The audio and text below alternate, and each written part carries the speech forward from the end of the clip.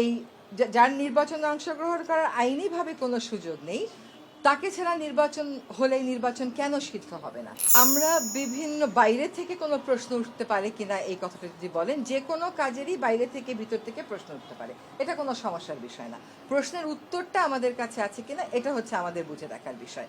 আওয়ামী লীগ যে সমস্ত কর্মকাণ্ড করেছে ওইটার বিচারিক প্রক্রিয়া শেষ না হওয়া পর্যন্ত রাজনৈতিক প্রক্রিয়া তার অংশগ্রহণ করার সুযোগ নেই, এটা আমরা আগেও ক্লিয়ার করেছি। এখন কথা হচ্ছে বাইরে থেকে বিভিন্ন দেশ যে ব্রিফিংগুলো করছে সেখানে আমরা দেখছি যে তারা জনগণের স্বতঃস্ফূর্ত অংশগ্রহণ এইটার উপর বেশি জোর দিচ্ছে। জনগণ যাতে নিজের ইচ্ছা মতন যেতে পারে, ভয়ভীতি ছাড়া যেতে পারে, নিরাপদ পরিবেশে যেতে পারে, এটার উপরই বেশি গুরুত্ব দিচ্ছে।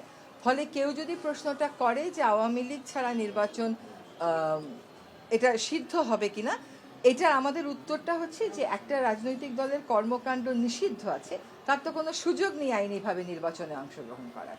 এই যার নির্বাচনে অংশগ্রহণ করার আইনিভাবে কোনো সুযোগ নেই, তাকে ছাড়া নির্বাচন হলে নির্বাচন কেন সিদ্ধ হবে না? নির্বাচন যে কটা দলের আইনিভাবে অংশগ্রহণ করার সুযোগ আছে তারা সকলেই যখন যেহেতু নির্বাচনে অংশগ্রহণ করছেন, কাজে এটাকে অংশগ্রহণমূলকই বলতে